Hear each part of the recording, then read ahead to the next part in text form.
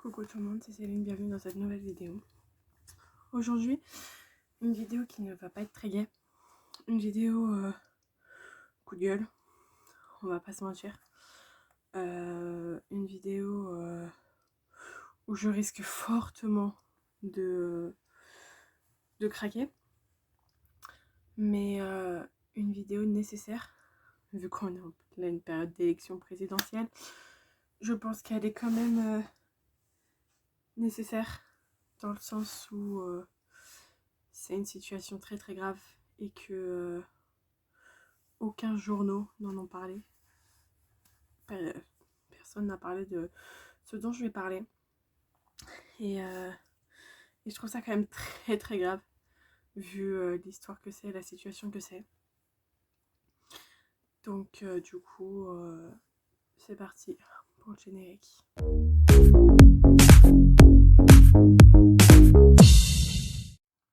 Donc l'histoire que je vais vous raconter, c'est une histoire qui s'est passée il y a une semaine, jour pour jour.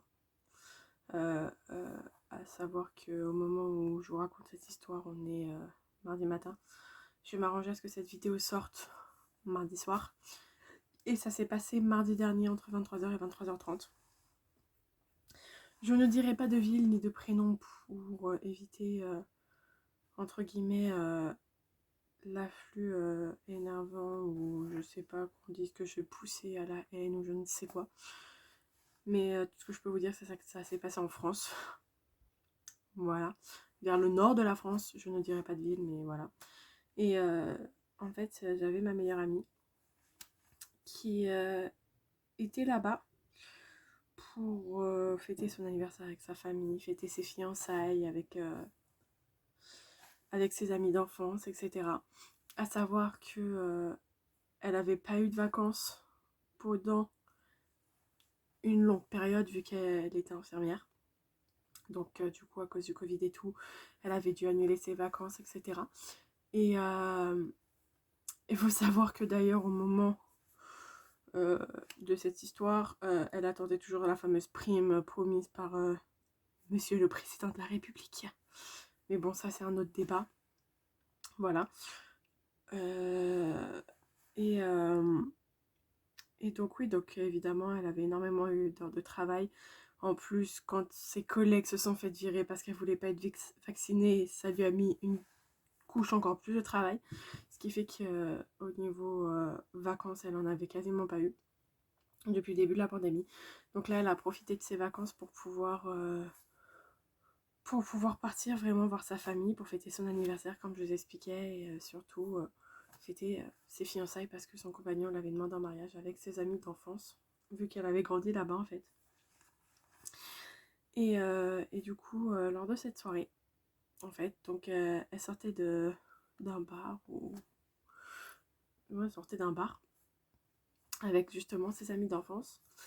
Et de là, sur le trottoir d'en face, elle entend quelqu'un crier aidez-moi, il est en train de faire un malaise, il est diabétique, etc.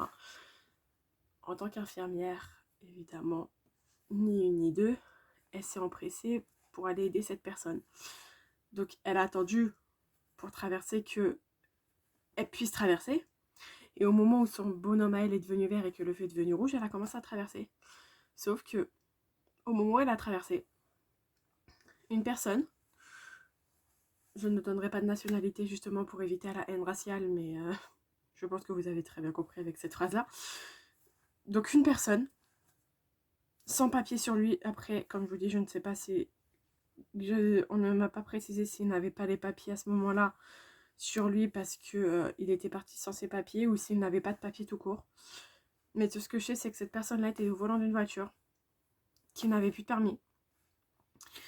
Et qu'elle était complètement bourrée sur son téléphone.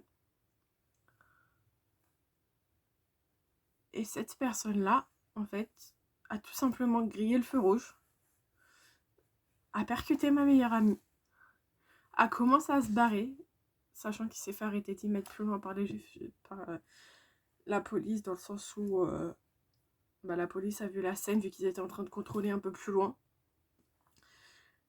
Mais sinon, il n'y aurait pas eu les flics, ça aurait été délétuite.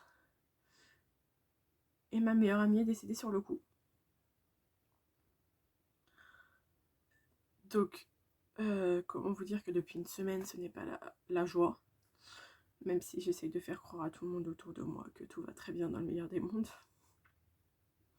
Je suis très forte pour ça, ne vous inquiétez pas. Le masque, tout va bien. Je le gère plutôt très bien. Mais c'est en fait ce qui me rend dingue, c'est pas l'accident lui-même, déjà si il est dingue parce que voilà, mais c'est le après ce qui s'est passé en fait. Parce que tout simplement cette personne a été donc évidemment mise en prison par la police. Enfin, la police ou les gendarmes, enfin les forces de l'ordre, parce que je ne sais plus si c'est police ou gendarme, mais elle a été mise en cellule par les forces de l'ordre, et dans la logique des choses, aurait dû y rester jusqu'à son procès. Parce que ça reste quand même un meurtre, à savoir que c'était triple meurtre et ça aurait pu être 4 parce que heureusement que la personne qu'elle allait sauver s'en est sortie, mais c'est dans le sens où le matin même, elle avait fait une prise de sang histoire de savoir si elle était enceinte. On était en attente de ses résultats avant qu'elle en parle à son compagnon, donc je vous laisse imaginer l'état de son compagnon. Quand c'est moi qui lui annonce au téléphone, faut que tu demandes au niveau de l'autopsie si elle était enceinte ou pas, parce qu'elle avait fait une prise de sang ce matin pour savoir si elle était enceinte, mais du coup, on n'a pas encore eu les résultats en fait. L'après-midi, on parlait de ça et on préparait son enterrement d'une jeune fille. Comment vous dire que mentalement pour moi, le fait de me dire que quelques heures après,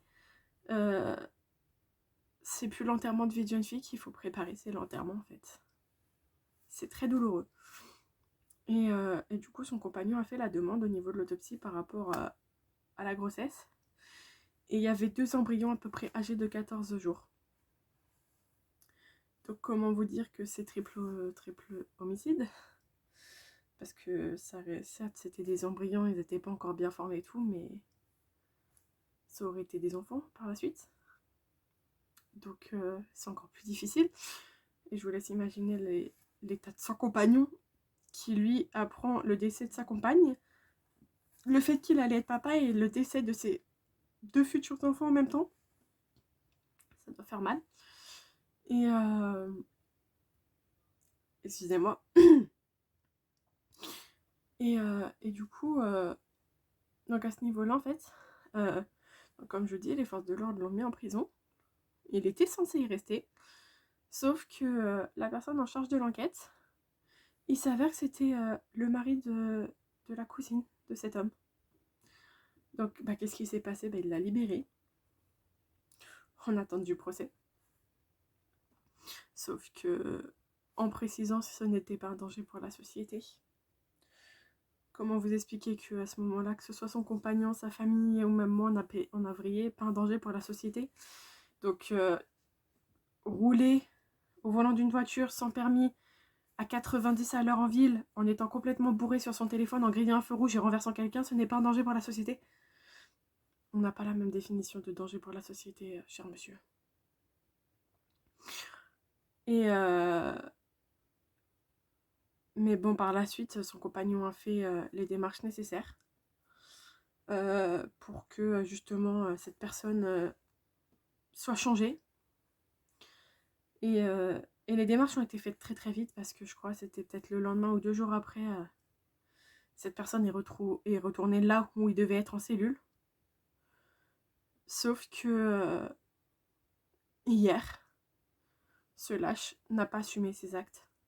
Il a préféré se suicider en cellule plutôt que d'assumer ses actes et faire preuve de courage en acceptant le procès, en acceptant le jugement du procès, pour que nous, ses proches, on puisse enfin faire notre deuil. Parce que là, au final, il n'y aura pas de justice parce que cette personne a décidé de mettre fin à sa vie. Mais c'est trop facile, en fait. C'est trop facile de se dire « Ah j'ai tué, on va rien me reprocher vu qu'il est décédé, on ne peut pas le désigner coupable. Donc il reste présumé innocent. » C'est trop facile. Où est la justice à ce moment-là? Où est la justice pour les familles et les proches pour qu'ils puissent faire leur deuil et accepter ce qui s'est passé? Quand une personne tue une personne que tu aimes, mais que cette personne n'assume pas, n'a pas le courage d'assumer, décide de mettre fin à ses jours, et qu'on te dit, bah non, bah il est présumé innocent, vu qu'on ne peut pas le désigner coupable, on ne va pas faire le procès d'un mort. Où est la justice à ce niveau-là? Et c'est ça que, du coup, j'aimerais profiter qu'on soit en période d'élection présidentielle pour demander à Monsieur le Président ou Madame Le Pen, dans ce genre de situation, qu'est-ce qu'ils comptent faire au niveau de la justice des familles, des proches, pour que nous puissions faire notre deuil et que la mémoire de cette femme qui était un pur bijou, qui était la première à aider les autres, et au final, le fait qu'elle était infirmière, qu'elle voulait aider les autres, c'est ça qui lui a causé sa perte. Tout simplement parce qu'elle voulait aider quelqu'un, un diabétique qui faisait un malaise. Elle a traversé la route et elle s'est fait renverser par quelqu'un. Sa gentillesse lui a causé sa perte. Pendant que l'autre était tranquillement en train de vivre sa vie. Avant de mettre fin à ses jours hier, et que là, aujourd'hui, il n'y a plus aucune justice. Qu'on ne peut plus rien faire. Où est la justice française? Où elle est? Où est la justice française? C'est la question que je me pose. Parce que nous répondre, oui, mais on peut rien faire, vous comprenez, on va pas juger un mort. Et alors? La mémoire de notre sœur, de notre fille, de notre amie, de notre compagne, nous, notre deuil, on le fait comment? On le fait comment, notre deuil? Vu que la manière dont ça s'est passé, s'il n'y a aucune justice, voilà, c'est la seule question que je me pose. Où est la justice française? Voilà. Donc, comme je vous dis, je ne vais pas rentrer dans les détails de la nationalité de cette personne. Juste savoir qu'une personne complètement bourrée en période de Ramadan, je rentrerai pas plus dans les détails. Voilà. Mais oui, là, actuellement, j'ai une énorme haine contre cette personne, contre la justice française en général. Tout simplement parce que cette personne n'a pas assumé, et la justice, surtout, n'a pas fait son travail, parce que comment a-t-il pu se suicider en cellule? Comment? De base, c'est une chose qui ne peut pas se produire, qui ne doit pas se produire. Comment nous, on peut faire notre deuil, vu que on nous dit, bah, il est présumé innocent, il ne peut pas être jugé. Comment on peut passer à autre chose et continuer notre vie? Comment on peut avancer dans la vie et tourner la page? Et enfin, que son âme repose en paix. Voilà. Sur ce, moi je vous dis au revoir à la prochaine vidéo. Je ne sais pas quand est-ce que ce sera, je ne saurai pas le thème. Parce que en ce moment c'est très difficile pour moi, comme je vous l'ai expliqué. Par rapport à cette situation, par rapport au fait que la justice n'est pas. Voilà, c'est très difficile. Et puis je vais pas vous mentir, c'est très épuisant de faire croire à tout le monde que tout va bien alors que tout est en train de partir en couille. Donc peut-être que je ferai une vidéo pour les 1 an de l'opération, je n'en sais rien. Mais en tout cas là, je suis vraiment pas en état de quoi que ce soit. Donc du coup, ça sera peut-être la dernière vidéo de ma chaîne, ou une vidéo très... Voilà, avec un certain temps de coupure. Le temps que je me remette de tout ça, le temps que je fasse mon deuil, le temps de voir s'il n'y a pas une solution pour qu'on puisse avoir justice et puis pouvoir tourner la page. Donc du coup, je vous embrasserai fort. Faites attention à vous, vraiment. Dites à vos proches que vous les aimez quand vous pouvez. Parce que moi, au final, l'après-midi, j'étais au téléphone avec elle. Je préparais son enterrement de vie de jeune fille. Elle m'avait dit qu'elle avait fait sa prise de sang pour voir si elle était enceinte. Le soir même, elle n'était plus là. Donc, aimez vos proches. Chérissez vos proches. Faites attention à vous. Je vous fais de gros bisous. Je vous aime. Au revoir.